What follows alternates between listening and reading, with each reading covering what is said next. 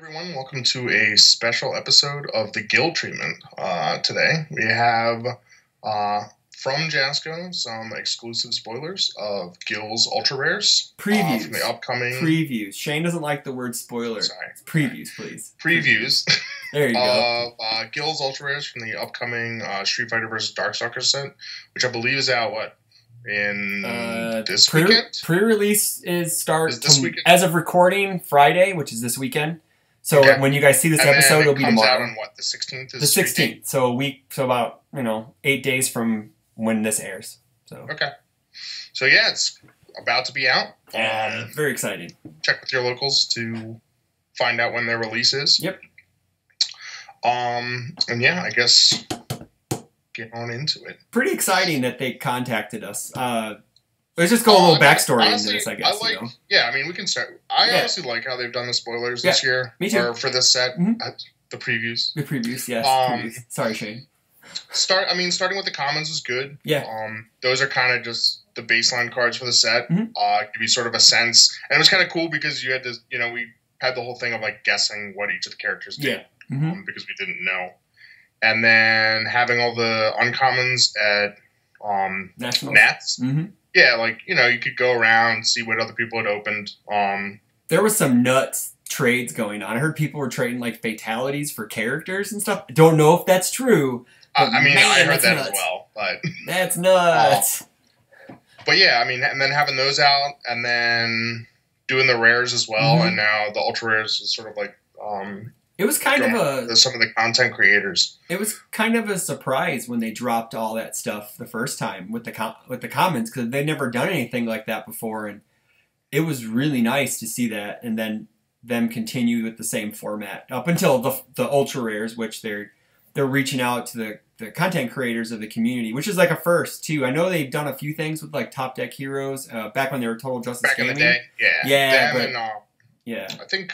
Which I guess they did set reviews with the other people too that I never remember. Oh yeah, Total Justice. Total Justice, and then that kind of fell off. But now they're reaching out again, which is great. They want our help, which is awesome because that's what we're here for. We're here to push the game and help people get hyped for the new set because, man, it's a doozy. So yeah, do you want to get into the first card, or you want to preview? Should we go over a refresher on what Gill does so people know? I'll put him up in the center. We can do Gill briefly. Okay. So he's like the 5 hand size, 27. Yep. All life order. Yep. And he gives plus or minus speed based on the number of keywords. I think it's 5 minus the number of printed keywords, or is it just?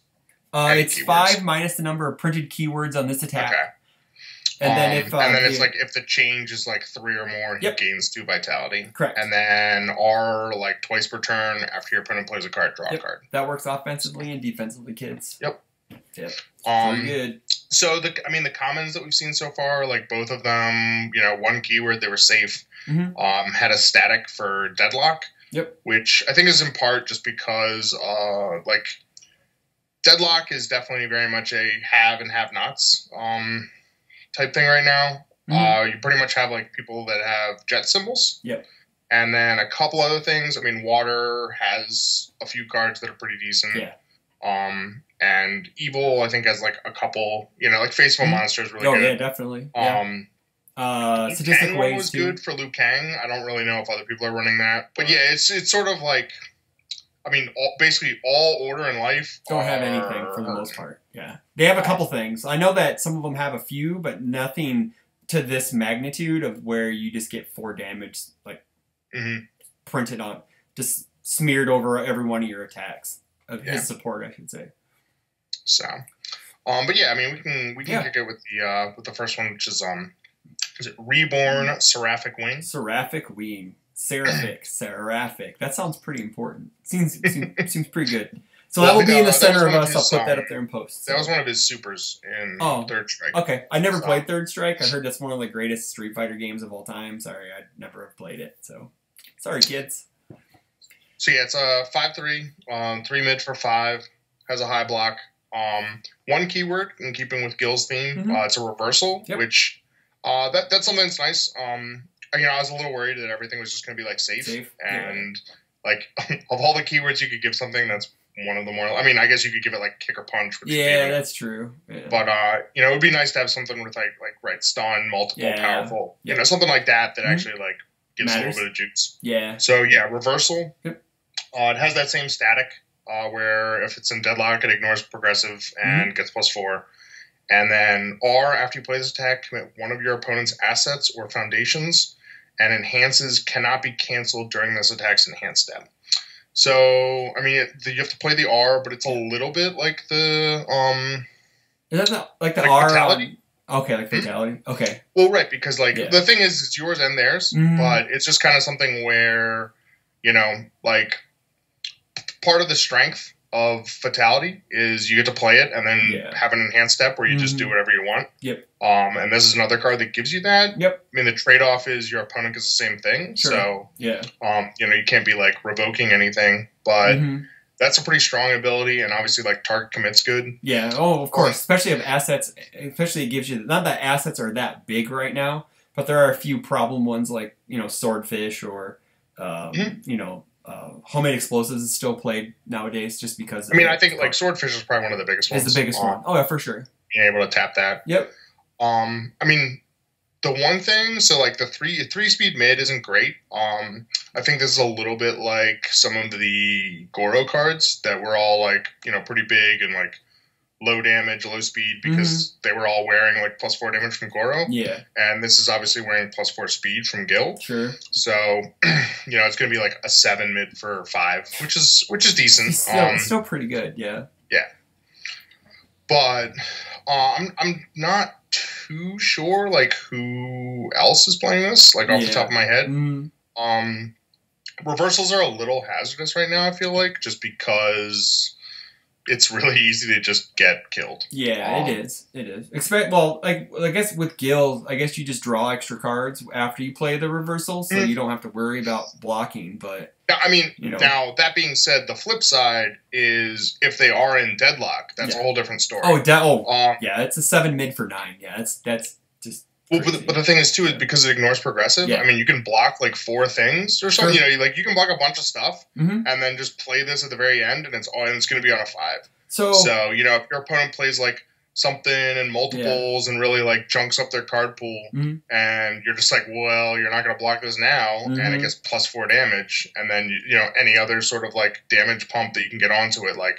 Then it's scary. And then also, it works defensively, too, because it says this card ignores progressive, so you'd be able to block with it as well. It's a 3 high, so it's kind of a crappy block, but still, though, it's a high block, which is still pretty widely needed nowadays.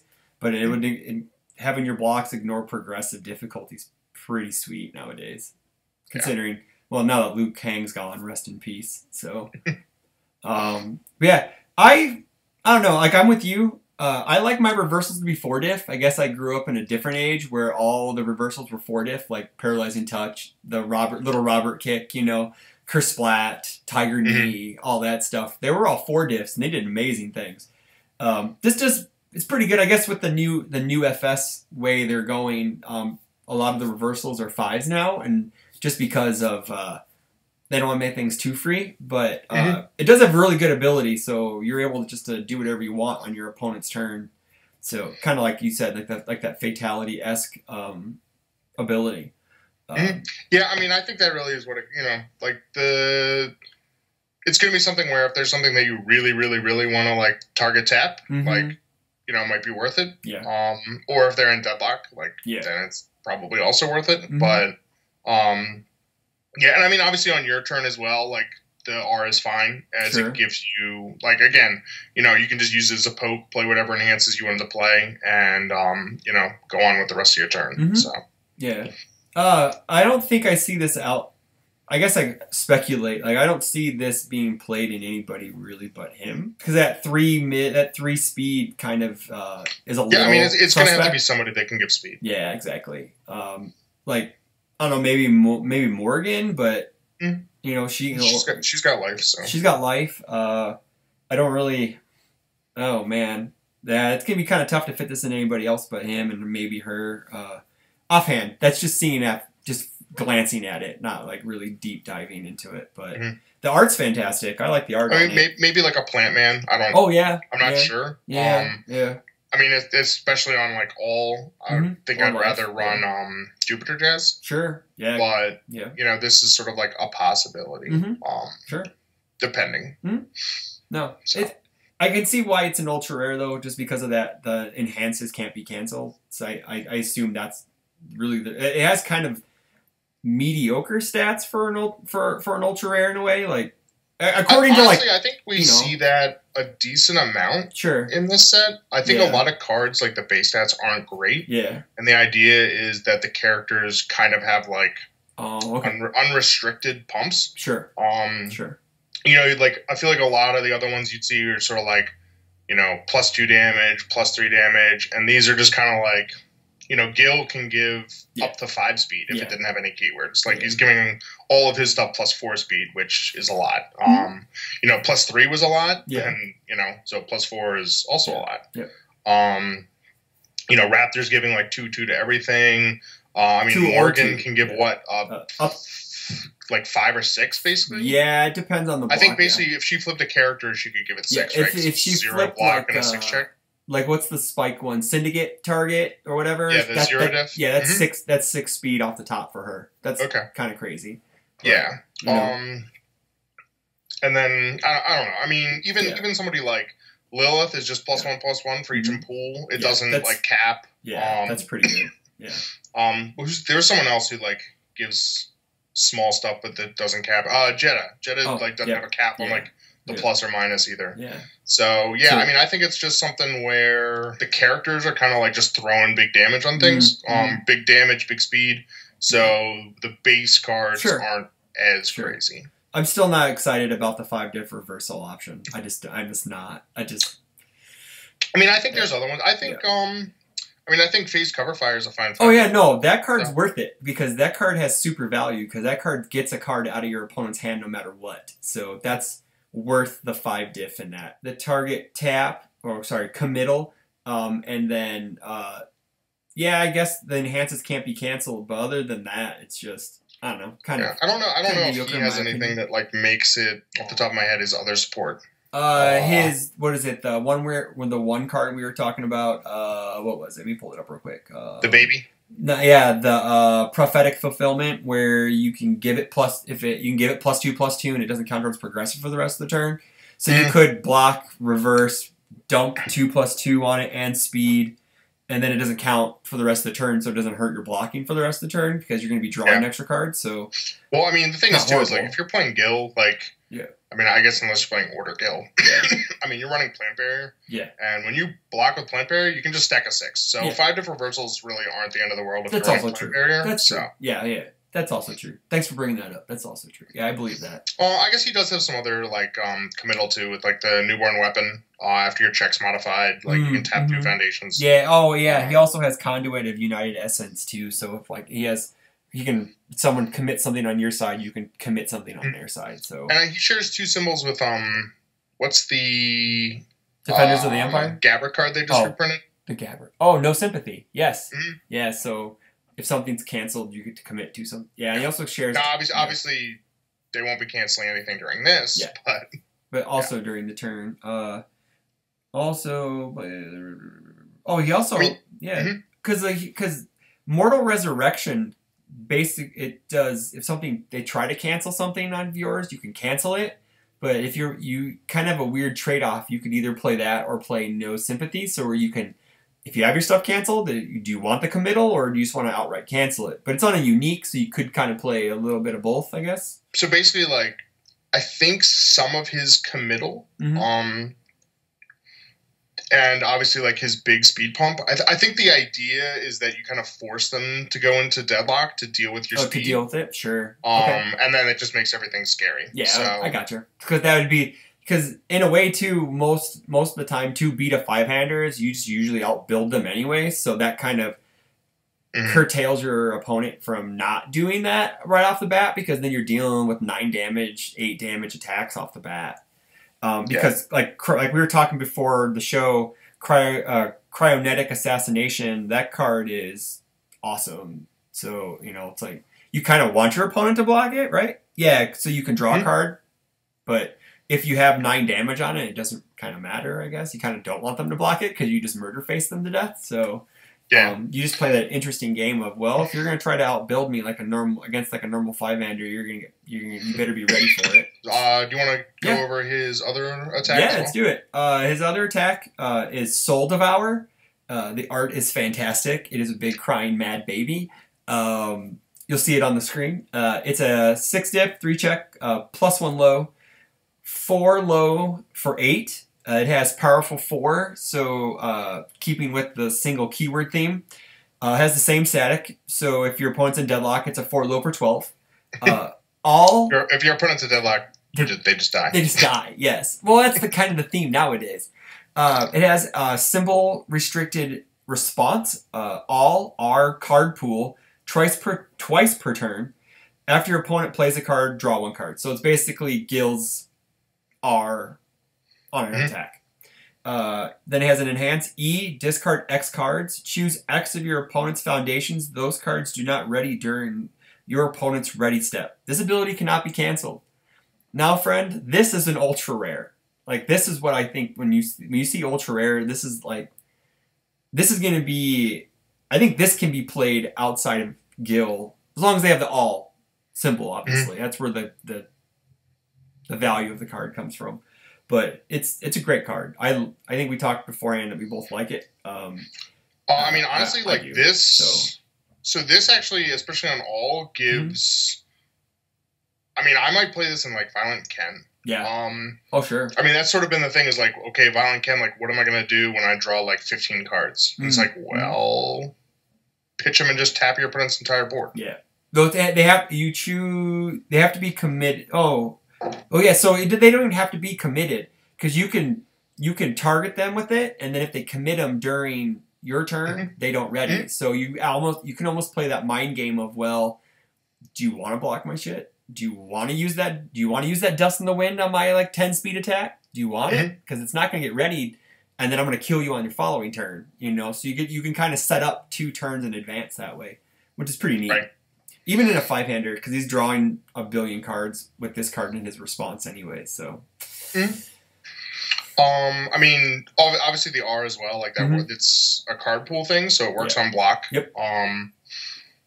So, I mean, yeah, it's a +1 low block that's sort of a Templar. It doesn't gain you the life, but you get to keep drawing cards. Oh, so yeah, for sure. Yeah. That's definitely helpful. The powerful 4 is big. I mean, I think Gill's going to be getting momentum if he's just throwing a bunch of, like, 7, 8, 9 speed moves that are only doing, like, 4 or 5 damage. Yeah. He'll definitely have some momentum. So, yeah, I mean, powerful 4 is pretty big. Yeah, it can end some games, for sure. And again, that's static. I don't know. I mean, I'm a little disappointed. Like, this is similar to the Akuma stuff, how, like, all of his attacks have, like, they ignore face downs. I think part of it was just that they recognized that these symbols had, like, a bit of a lack of deadlock stuff, and just were like, oh, we'll just, like, toss this on everything. Sure. Instead of giving it like another card or like something. It would be better to like have it on the character. Sure. Or like something else. Something where it's like, when your opponent's at deadlock, if your attacks with like one or less keywords, like an asset, get 4 damage and whatever. Almost like an asset, or maybe kind of like what Kung Jin's action is, where you can give your stuff all stunned for the turn or whatever. Like, instead of, I don't know, like. Maybe it's something they saw in testing, maybe? I don't know. It's just sort of like, I don't quite know, like, how many of these cards are... I mean, I guess Cryonetic Assassination is probably the easiest to just toss in anything, just because it has, like, decent stats. And even if you can't give it speed, it still has a decent ability if they block it. Yeah. But yeah, the other thing, too, with this being a 6 diff, I mean, it is a 3 check, so that's nice. This isn't one of those, like, 6/2s out of, like, Barrel Wave? Oh, yeah, gosh. like rolling, whatever the block. Yeah, the rolling cannonball, thunder, lightning, whatever, something like that. Yeah. Lightning cannonball, that's what it is. Yeah. There's a lot of 6 diffs, aren't there? I think Morgan does, Ken does, Raptor does. Yeah. This one. Yeah, it's a lot. There's a rumor there might be another. Oh, okay. Yeah. But the one thing, I mean, Vega was fairly popular at Nats. Yeah. And between Vega, I mean, I don't think he's going anywhere. No, he's not. And now you also have like Akuma. Six diff attacks might be a little kind difficult. Of risky. Yeah. I mean, now it's nice things that like work as like an opener, which this one obviously does. Yeah. You know, like in Gill, it's going to be 8 low 8 before you do anything else to it. And it's going to draw you cards. Yeah. And you can like tap some stuff. Yep. Or like keep some stuff from readying. So like that's okay. But yeah, even like somebody like a Ringman. Ooh, yeah. You know, who can like, I mean, he's, you know, right. I mean, there's a bunch of six diffs that he can run, you know, sort of replacing like the old, like Venom Shot. Bloody Baptism, stuff like that. Yeah. Yeah, I mean, I don't know. Honestly, I'm not sure if any of this stuff is better for him than Bloody Baptism. Bloody Baptism's pretty good, yeah. I mean, I guess it doesn't lock him into weapons, so that's okay. Yep. But yeah, like, he still has, like, issues with just stop, and, I mean, like, stop, and, right, any of these, like, check hacks. Yeah. I mean, when, you know, that 6 diff is actually, like, a 6, or actually, like, a 7. Oh, yeah. Like, it gets faded back into your hand or whatever like that, yeah. Oof, yeah. I didn't even think about fade. Yeah, that's rough. I did that to someone this past week. I faded. He tried to play a Kiko show on me, and I faded it back into their hand. I was like, cool, play that on a 7, dude. Yeah, it was awesome. Yeah, it was great. It felt good, and then I promptly died anyways. So because he did play it, and he checked a 6 and just committed 1 card, and then just just destroyed me after that. So rest in peace, Plant Man. But no, like I like it. Like you said, as an opener, or even at like if you splat into it, it's still a pretty lethal card. Yeah. It's just like you said, like the Vega and the Akuma matchup is something you may need to be careful of because. I mean, you can also like not overyet into it, something like that. Oh yeah, I could see Big Johnson doing that, like turn 1, just boom, boom, boom, boom, all of that. Okay, cool, man, let's go. You know, the Big Johnson experience, kids. Get it. So. Yeah, I mean, I guess that's the nice thing. Is like, it's nice to have, like, some of these 6 diffs, like, they're at least versatile. You know, like, they work as an opener, they work as a closer, if you can find a way to pass it at the end of a string. So, that's good. I also like it that they're not kind of character locked. I know that Ken's kind of is, right? Because he has the Ken E discard momentum. I mean, it just discards momentum. But like, I know people talking about like Morgans into Chun-Li, like all that stuff. Like you can cross the ultra rares easier than you could have like in past sets, like in Street Fighter, or you know, like Bebop kind of turned the trend. Like everyone can play missile launcher if you have the symbols and stuff like that. But yeah, so it's good to see that. I'm glad to see that they're kind of going back to symbol abilities, because I don't think we haven't seen that in a while, I believe, right? There have been a couple here and there, but... Yeah, they haven't... I've noticed it's been more prevalent in this set, because like Raptor has a Death one, and now we have this one. There's an Earth one, and the Lilith support, so... yeah, I mean, there were definitely a couple in Indians with all the Karu stuff. Yeah, that's true. And I feel like there were a couple in MK. I mean, there were definitely evil abilities. Oh, yeah. Yeah. So. Oh, yeah, there was. Yeah. Well, I don't know if it was symbol locked. I know that if you had stuff against a certain symbol, you got... Because I know one of Raiden's cards, if you played against... Raiden's card does the evil stuff. Yeah. I mean, Quan Chi's, like, study or whatever has, like, an evil enhancement gains 1. Yeah, you're right. Quan Chi also has a foundation that's, like, an evil R, where it's, like, a 6+, and their next check for an attack, it's, like, -1 or something. Okay. Fair enough. Cool. Yeah, I like them. Like I said, I'm not a big fan of the reversal, but I'm a big fan of Soul Devour, because that card is just ridiculous, and it looks like it's going to be a heck of a lot of fun to play, because that's the whole point, right? Is that they want to make cards that are going to be fun to play. Don't know if I want to defend against an 8 low 8 powerful 4 card. That's gonna suck. But whatever, man. You know, good job. You just gotta get that speed hate. Hey, man, just gotta get that Dust in the Wind not tapped the turn before after they place a first Soul Devour. Morgan too. Morgan hex checks. Oh yeah, Morgan hex checks. Oh, I'm excited for Morgan. Morgan's gonna be great. Yeah, I'm pretty excited. Yeah, Tim got me hyped on her when we were talking about her. So yeah, pretty good. Yep. yeah, I think that's pretty much it for the episode, right? Because there's only so much we could talk about until we actually get all the cards in our hands, which as of Friday, I will, on my way to Collinsville, I will have my boxes of my pre-release kit, and I will be cracking packs that night with Shane and Corey. So, I'll be posting I guess the other thing polls. too is like this is nice that it's like off zone. Yeah. Oh, true. For all his other stuff being mid. Yeah. Yep. He also has an ability on. I think it is prophetic that you can change an attack to mid. So you know, whatever. If they have, like, I think that's more for blocking. It is more for blocking, but yes. But if you ever wanted to change an attack to mid in case an off zone kills people, an off zone block on the mid, gotcha, kids. Sorry, but yeah, cool. I want to say thanks to Jasco for reaching out to the content providers, not just me, but UFSU, Top Deck Heroes, Oliver Hill's podcast.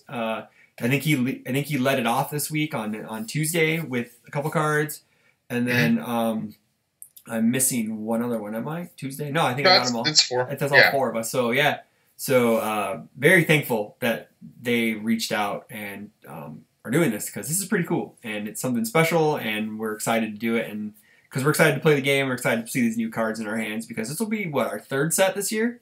So. Yes.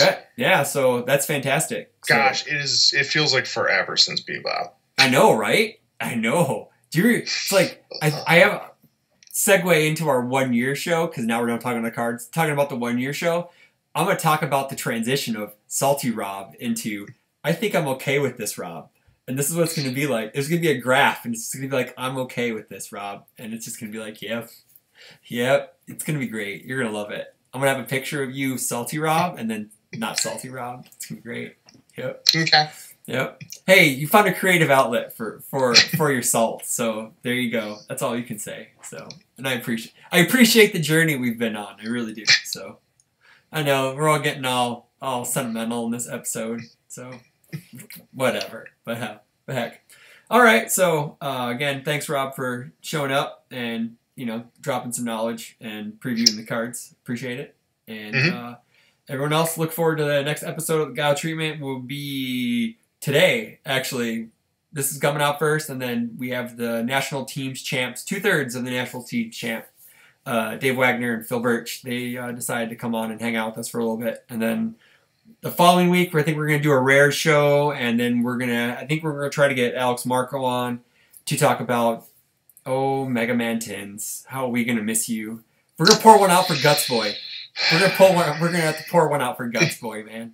I think we have to take a shot for Guts Boy. I think we do. So yep. All right. So everyone have a good night, and we'll talk to you guys later. See ya. All right. Have a good one. It goes November 8th, the Guile Treatment. Lastly, like all good bosses, Gill's 2 ultra rare cards will be previewed by Rockford CCG's own The Guile Treatment podcast.